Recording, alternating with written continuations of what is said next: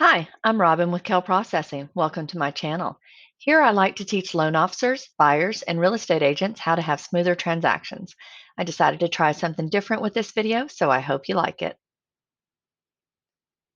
Let's talk about money. Money that may be needed in the transaction for a down payment, closing costs, and prepaids. When you're first thinking about buying your home for your family, the details aren't really on your mind. You're just thinking about getting everybody in and having years to come in your wonderful home with your wonderful family. So then you realize that you're not really sure what to do next. That's whenever you go see a loan officer and they're going to go over your pre qualification, make sure that you can afford the house that you're looking for, and give you an idea of the steps to come.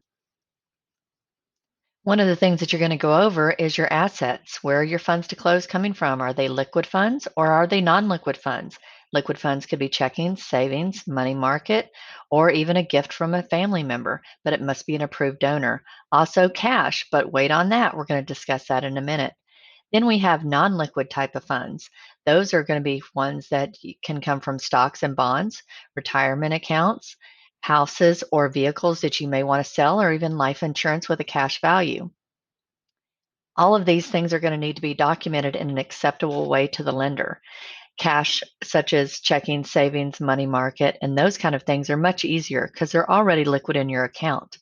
Gifts from your parents or your grandparents are totally okay too, but they will need to be documented in an acceptable format. Cash that you've saved up at the house is a big no no. So you're going to stop right there and we're going to work around that one.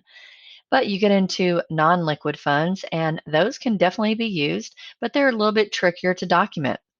You're going to need to show the money coming out and into a liquid form. Same with houses and vehicles that you're going to sell. We're going to need to have those sold and that liquid cash ready to close and everything documented in the file to an acceptable format. Now, whenever you're thinking about moving money around from different accounts, you may have a business bank account, a regular bank account, a savings account, or you may have money in, like we said, stocks and bonds. It's important that we document all of these things, but then as you move them around, it just starts to create more and more documents. So don't move your money around until the loan officer tells you to. No matter where you're going to get your assets from, the end result is going to be to get you in the house as easy as possible. And we want to make sure that we do that in a way that it's at least amount of stress. So don't make any moves or anything without talking to your loan officer.